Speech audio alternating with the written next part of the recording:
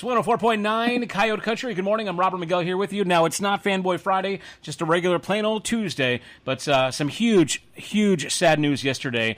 Stan Lee, Marvel Comics, passed away yesterday at the age of 95, and, I could not even do this story justice. So with me on the phone, normally for Fanboy Friday, professional Q&A moderator and speaker, film critic at bigfanboy.com, and the show director at Dallas Comic Show. Good morning, Mark Walters. How you doing, man? Hey, Robert. Well, obviously, it's not as happy of an occasion as we normally have when we talk, but I appreciate you making the time to acknowledge this, because Stan was someone that I worked pretty closely with, and I'd known for a great many years, and I do think that this is one of those things that's going to be felt, for a while within the community of, pop culture and just kind of nerddom in general. I think a lot of people, whether you were a comic book fan or not, I think everybody kind of acknowledged the fact that, Stan Lee, his contributions to just the world of pop culture is innumerable, so this is a big loss. This is definitely a big loss. Well, there was a time, I think, when most people that knew who Stan Lee was were comic book, fans and buyers. But we live in a world now in 2018 where Stan Lee had cameos in, countless movies, was responsible for, let's face it, man, I've got 70-year-old parents who have seen just about every Marvel movie out there. And most of these, all came from the, creative vision of Stan Lee. So if you wouldn't mind, for those who just don't really know the name as a household name like we do, you want to give us like a brief history or maybe some of his, resume accomplishments? Yeah, well, I think it's important, first of all, that people know that a lot of people have this perception that Stan created Marvel. Some people even think that Stan Lee kind of created the world of comic books. Right. And the truth of the matter is that Stan, back in the 30s, when you had companies like Marvel wasn't even Marvel yet, it was a company called Timely. And Stan was, because he was serving in the Army, and, he was just trying to take a job. And his initial job working for Marvel was to do, like, these text stories.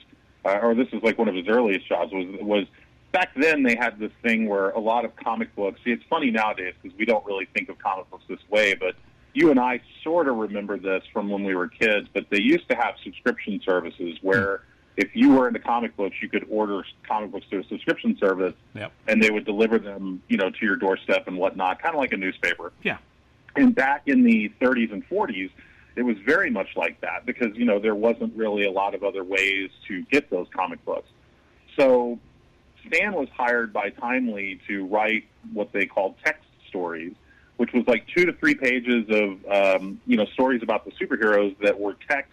It was just all text. There weren't any pictures. And the reason that they did that was because by having those 2 or 3 pages of text stories, it qualified the books to be considered something other than just a promotional material or artwork or whatnot. It basically gave them a lower postage rate so that they could send them out to people and it wouldn't cost them as much.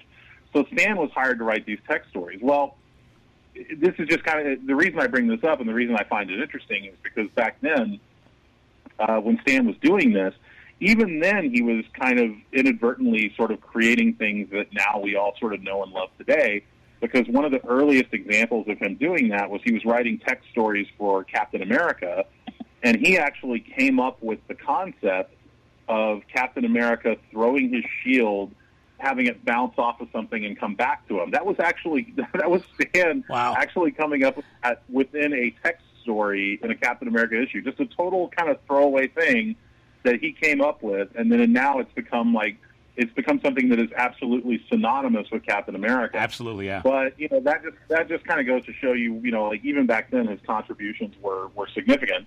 And it was in the 1960s when comic books were kind of going through a really tough transitional period.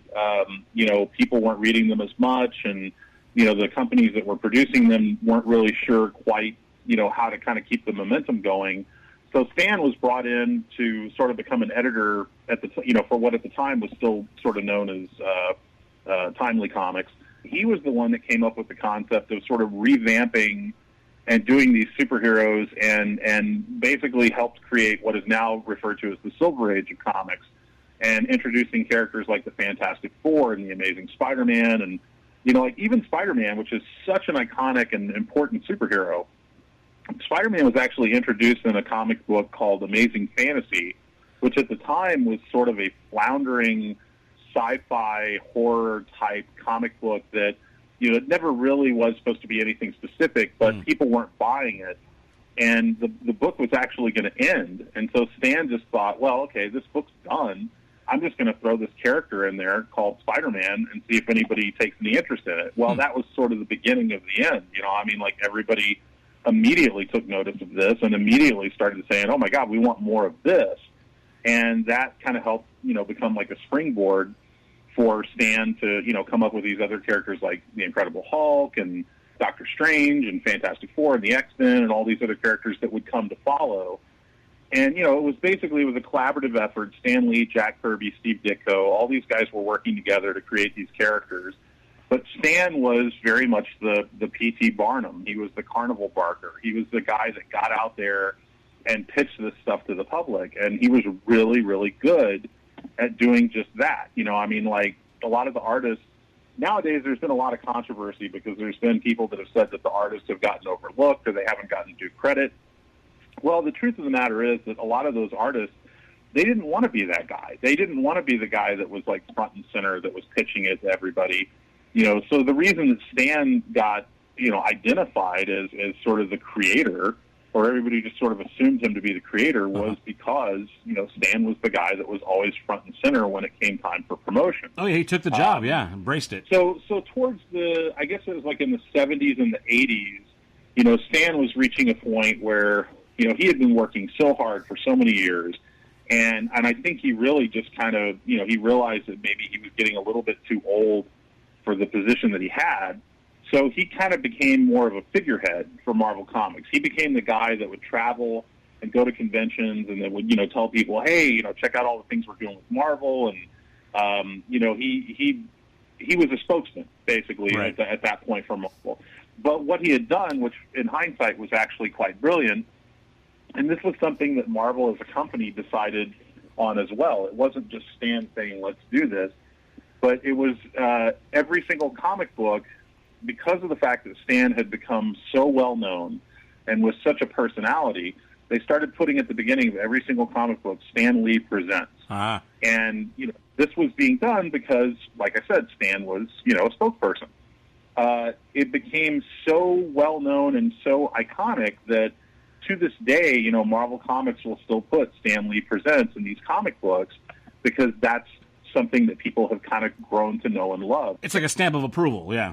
Exactly. So it's been really interesting to see kind of that journey that he's taken through the years. And, like I said, in the 80s, he became more, kind of a figurehead or a spokesperson for Marvel. And I first met Stan back in the 1990s. I actually wasn't into comic books as a kid. I didn't get into comic books until I was in high school. Hey, Mark, tell you what, let's do this. Let's take a quick break because I want this to go, I want to get you as much detail as possible in the story. So let me take a quick break, and we'll do some commercials and come back. And I want to really definitely kind of dig into your personal relationship or your at least meeting with Stan Lee, okay? Absolutely. All right, so it's 104.9 Coyote Country. More with Mark Walters on the late, great Stan Lee when we return. Real Country with Robert Miguel. Coyote Country. 104.9. All right, it's 104.9 Coyote Country. Robert Miguel here with you. We're not doing Fanboy Friday, but I do have Mark Walters on the phone from bigfanboy.com. Of course, the news yesterday, sadly, we lost just a pioneer in the comic industry. Stan Lee passed away at the age of 95. And Mark, you've been doing a great job of telling us his history and significance in the industry. And let's dig into your personal accounts with Stan. Absolutely. Well, I first met Stan back in the 90s. I think it was around 1993, 94. I was at a convention here in town, and he came in, and even then, Stan was, I'm trying to think of how old he would have been at that time, because let's see, if it was 94, that was like 24 years ago. He was 95, so that would have been like 71. Wow, yeah. Am I right about that? So even then, it was like he was an older guy. And I was very much aware or cognizant of the fact that I was meeting this guy who was, older, had been around in the industry for a long time. I guess I kind of assumed at the time that, maybe this guy was, winding down, that he wasn't going to be doing much more after that. Boy, was I wrong. Right. I mean, it's like it was almost like his career was just beginning at that point. And so, but I'll tell you, probably one of the greatest things I've ever done in my life, or one of the coolest sort of legacy moments of my life that I'll always have this wonderful story to tell, was back in 1997. I was part of a convention here in town in Dallas that was called the Dallas Collectors Con. It was sort of a temporary convention that was being done because one of the big conventions in town had gone under, and they brought in Stan Lee as their headline guest. And this was back at a time when, Stan would travel to shows by himself. He didn't have a lot of agents or anything with him. He was just, you paid him a certain amount of money, he'd come to the shows, he would sign for free. It was a very laid back sort of situation. Uh-huh. And so I ended up being Stan's handler for that show, and sat with him the whole time while he was doing his signings. We did a Q&A together, which I'm sure there were at least a dozen cameras in the audience. I never once thought to ask somebody for a copy of that tape. I really wish I could have got a copy of it. But the funniest thing, and the reason I tell this story, is because after we had done kind of a full day at this convention, he was tired, I was tired. We were going to break for lunch. We were in kind of a restaurant row type of area where there were, tons of restaurants all around. Mm-hmm. And I said to Stan, so where do you want to eat? And he said, well, what's around here? And I started kind of going down the list. And I said, well, there's Chili's here, there's Olive Garden, there's this, there's that. And I said, there's a Hooters. Now, this is back at a time when Hooters was still kind of new to the scene. Like, not everybody knew who Hooters was. And so Stan, he says to me, he goes, what's Hooters? And I said, well, I'm sure the Hooters Foundation will love me for saying this. I said, Hooters is a place where you can get okay food served to you by really hot women in really skimpy outfits.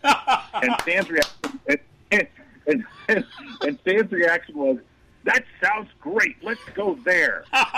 So that ended up being the place that we went to. And now you have to keep in mind, it's very important to keep in mind, this is before the days of like giant comic book movies being all the rage. This was 1997. I think the biggest comic book movie at the time was Blade. Right. So there wasn't really like the comic book craze or the wide recognition that we have today. Mm-hmm. So keep that in mind. So as we're sitting there eating, Stan is regaling me with all thwas stories about his glory days in Marvel, and it's really awesome. I'm just soaking it all in. And at one point, I got up to go to the bathroom, and my waitress, the waitress that had been waiting on us the whole time, she comes up to me and she says, hey, that old guy that's sitting with you, is he somebody? Which, I mean, that question in of itself is a little condescending. Right. And I was like, well, yeah, that's Stan Lee. He created Spider-Man. She looks at me and she goes, I don't know who that is. And of course, my inner fanboy is screaming, like, oh my God, how do you not know who Spider-Man is? But again, you got to remember, this was 1997. This was before comic book movies had really taken off. Yep. So I said, okay, do you know who the Fantastic Four is? She shakes her head no. I said, what about Incredible Hulk? She shakes her head no. Finally, I said, what about the X-Men? And she goes, is that the one with the guy with the claws? And I'm like, Wolverine, yes. Yeah. And she goes, yeah, I think my little cousin likes that. And I'm like, okay, well, that guy is the one that kind of helped create all those characters, and is one of the reasons why all those characters exist today. And then she just kind of shrugged and was like, oh, okay. This girl could not have cared at all about what I was saying. But I guess at some point she must have gone and told the other waitresses, because then one by one, all the waitresses in that Hooters started to come up to the table and ask Stan, can I shake your hand? And Stan, of course, being the affable guy that he is, oh, sure, give me a hug. And he's hugging all these waitresses. And, like, by the end of the meal, we actually took a big group photo, and I'm assuming somewhere in the Mesquite, Texas Hooters, that photo is either still hanging on the wall or at one point was hanging on the wall. But the funniest thing about the photo I always remembered was the fact that you could see, like, all the girls in the photo are smiling and happy except the one girl who was waiting on us who didn't care. Oh, what a great story. And I'm sure now that girl probably, she probably looks back and realizes now, oh, my God, I waited on Stan Lee and didn't know it or whatever. So I will always have the legacy of my life that I took Stan Lee to his first Hooters. And he had a blast. He really enjoyed it. Man, what a great story. And I got to say, one of the best parts of your telling of that story was you do a pretty spot-on Stan Lee, sir. That's pretty good. I've actually been able to do it once or twice for Stan, and he thought it was really good. And you know, I got to say, I've had the pleasure through the years of I've hosted some Q&As with Stan through the years. I've probably hosted at least a half a dozen Q&As with him. You know, it was just great being able to kind of sit there and ask him questions about his career and about his life and, you know, his legacy and all those times, every time that I was around him, even if it was just a moment where I was just sitting on a couch talking to him one-on-one and there was no one else around, I always kind of thought to myself, you know, how amazing it was to just kind of be in the presence of this guy.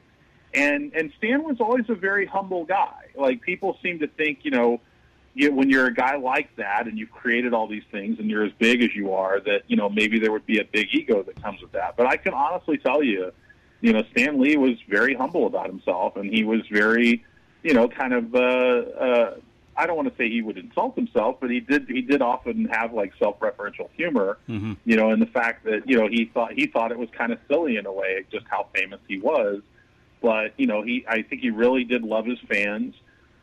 He loved being able to meet his fans and be able to just kind of hear them, you know, come up and say thank you and just know that it had an impact on people's lives. So, but yeah, what an amazing career, what an amazing legacy, just an amazing human being. And I'm very, very honored that I got a chance to know him even just a little bit and spend the time that I did with him. And I really do appreciate you allowing me to come on here and talk a little bit about that, Robert. It means a lot. Well, man, Mark, you know, when I heard the news, I mean, immediately my heart skipped a beat, and I thought first and foremost of you, because I know you're a huge fan. He's a big part of the reason you do what you do, and you do it so well, man. So I know that your heart's hurt, and so you're in my prayers, man, just as are all his fans all over the world, man. I mean, it's a big, big deal in the life of guys like us and people who aren't even so much like us, because, you know, his name is synonymous. You know, it's kind of one of those things where, like, even my mom is like, oh, wow, the guy from those Marvel movies. You know, even if you're not a huge hardcore fan, he hit that point, that saturation, you know, in pop culture where it's significant to everybody. You got to think about the extensions of that legacy too, and like what that led to. I mean, think of all the kids that grew up that didn't want to read, that maybe learned how to read from reading comic books. Think about, you know, people like that he had an impact on, maybe indirectly. You know, I mean, there was such an importance that came out of that career, and you know, I think we should never take that for granted. So yeah, I greatly appreciate you making time for this. Well, man, what a beautiful tribute, man. I appreciate your time this morning, and like I said, my prayers are with you. Once again, let's give it up to professional Q&A moderator and speaker, film critic at bigfanboy.com, and show director at Dallas Comic Show. Mark, I'm assuming you're going to have maybe some content on bigfanboy.com eventually? I am actually, yeah, there is a piece that will be up there that you guys can read this week, and also if anybody comes out to Dallas Comic Show this weekend, we are going to have a tribute panel to Stan Lee. We'll also have a banner hanging up that people can sign and take their picture with and whatnot. We're going to do what we can to honor the man. All right, once again, Mark Walters from bigfanboy.com. Thank you, sir. Appreciate you, man. Thank you, buddy. Real Country with Robert Miguel. Coyote Country. 104.9.